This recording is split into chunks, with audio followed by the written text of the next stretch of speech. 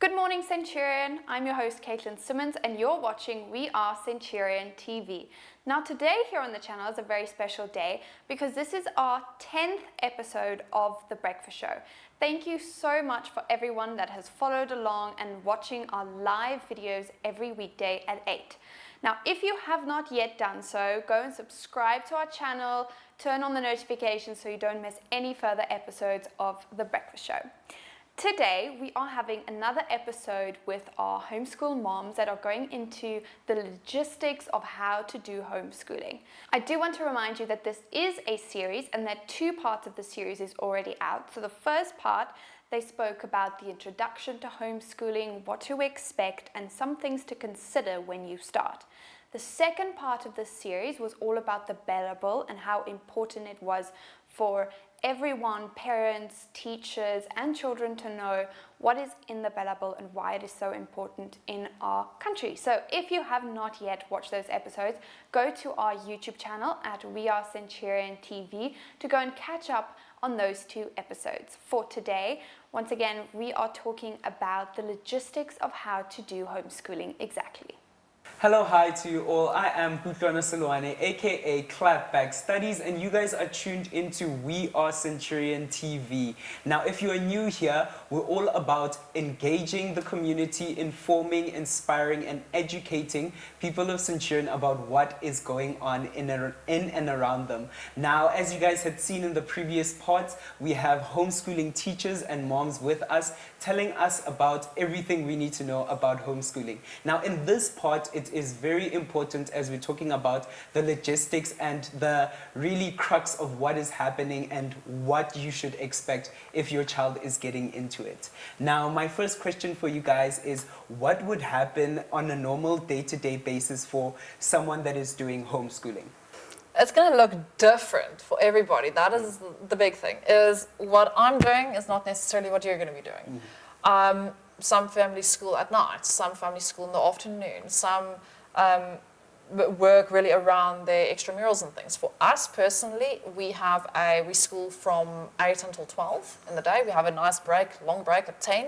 And so that's for the school subjects, like the reading, writing, math, geography, history. We have a rotating loop. Yeah. So we have the basics plus art and music on one day. The next day we have the basics plus geography and history. A different day we have digital literacy and cooking. Yes. So we cover the basics every day, but then we also have rotating subjects, and I feel that's important because that keeps it fresh. Every day it's kind of like, oh, I can't wait for Friday because Friday's cooking and we're making muffins. Yeah. It's not an everyday thing. Yes. So we do our days like that. And we also have the afternoons open for free play and for passion projects, and for, like, my eldest daughter's busy working on a lot of digital literacy stuff, so she's busy making microfilms, and she used to do lo-fi music for a YouTube channel. And so all of that can happen in the afternoon while the little ones are reading on their own or playing with their little brother, or, you know. Yes. So that's what a day looks like for us. But as I say, it's different for every family. You find what works for you. Yes. Right? And ma'am, can you tell us your experience with your kids? Sure. I have 4 kids, and I homeschooled my nephew for a while. So I think I did a little bit of everything. But I think the main thing to know about the nuts and bolts of what you do when you homeschool is to know that there are expectations of homeschoolers. It's not ideal, but just to give you an idea of what is expected, the government does expect for you to have a space that they call as conducive for learning. And this does make sense because it is hard for a child to be in a space to learn something, even if they are interested in it, if there's like a tremendous amount of clutter. I'm a bit of a hoarder, so I've got way too much stuff in my house. It's mostly books from one end to the other, and my kids don't like that normally. So they would find their own spaces. My one child is a bit of a neat freak, and she really organized her room so it looked more like an office. So she had what you would call a very mainstream approach. She would have her desk, with her room was always as neat as a pin. Her books were color coordinated, and that's what she liked. And the thing is, with homeschooling, you can let your child do that, and the government loves that kind of thing because it's very easy to walk in on that situation, and very easy to see, yes, those There's are the the schooling subjects, space. there's a schooling space. It's what Yeah. everybody is used to. Yes.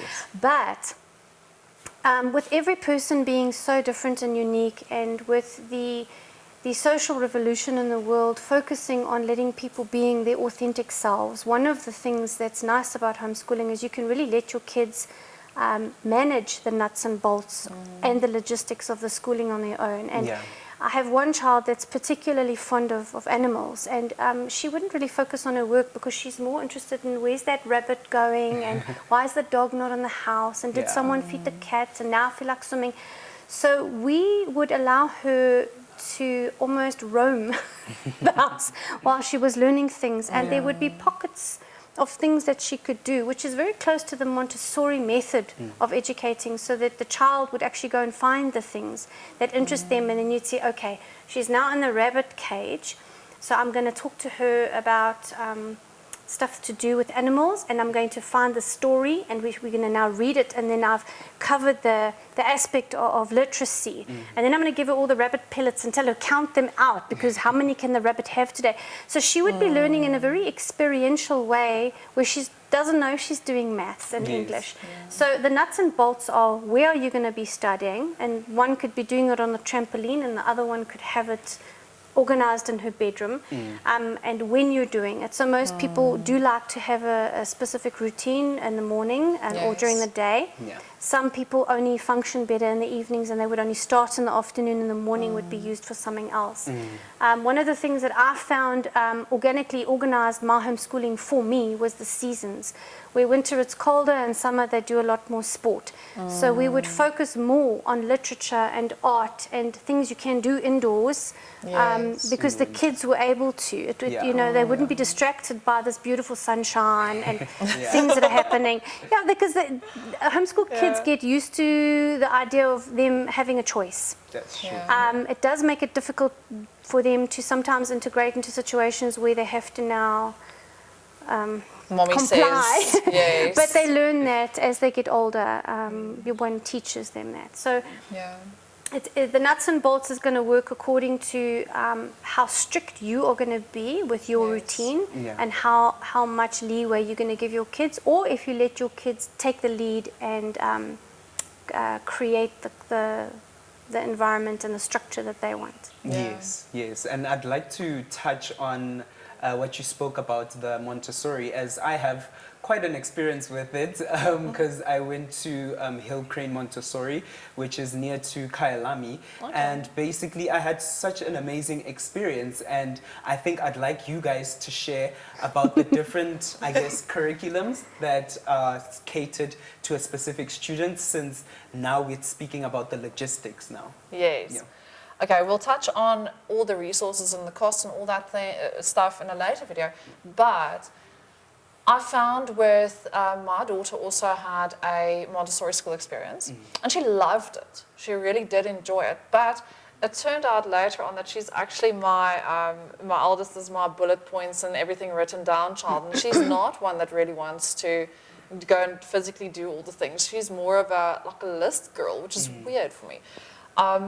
I think it is important to take your money into account, and to also kind of see what works for you as a parent and what works for your child, and find somewhere in the middle that marries all of that, and to go with that. The Montessori is definitely a big favorite amongst homeschoolers, mainly because it is more orientated towards the child leading it, but there is enough structure and enough organization around it where a parent is able to introduce things to the child that is specifically beneficial in an educational way. So loosely, I would actually say a lot of homeschooling is structured around an ideal very similar to Montessori, because it's very good for kids. The whole program was built with children in mind about how they learn. And that is what homeschooling is. We want to fit our logistics around how the kids learn so that it can suit them well. Yes, yes. All right. And can you please just wrap it up and perhaps tell us if there's anything else that's important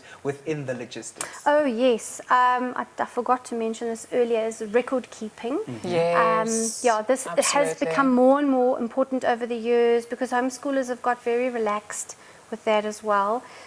It is a difficult thing for a parent to do because there's a lot of things to take note of, but there are many different ways of doing it, and the most effective way I found was I kept a diary that I didn't plan in, but that I used to record, so it became a logbook for me.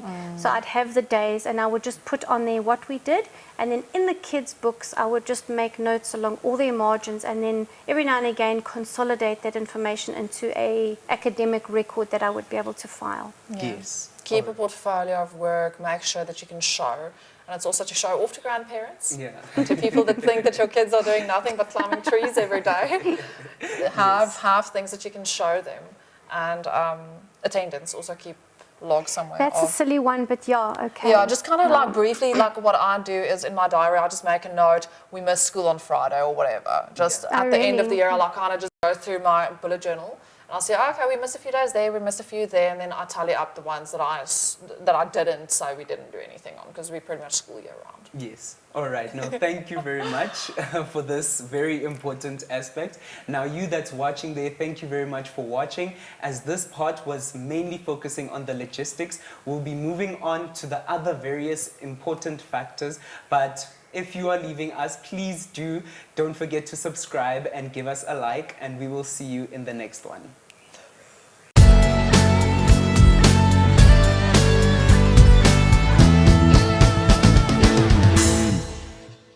There you have it. Thank you again for our two homeschool moms that are coming through and telling us all about the things to consider and all the logistics that they spoke about today. So once again, thank you so much for that interview, and stay tuned as there are still, I believe there's still 2 episodes coming, so stay tuned for next week. We will be releasing another episode on that.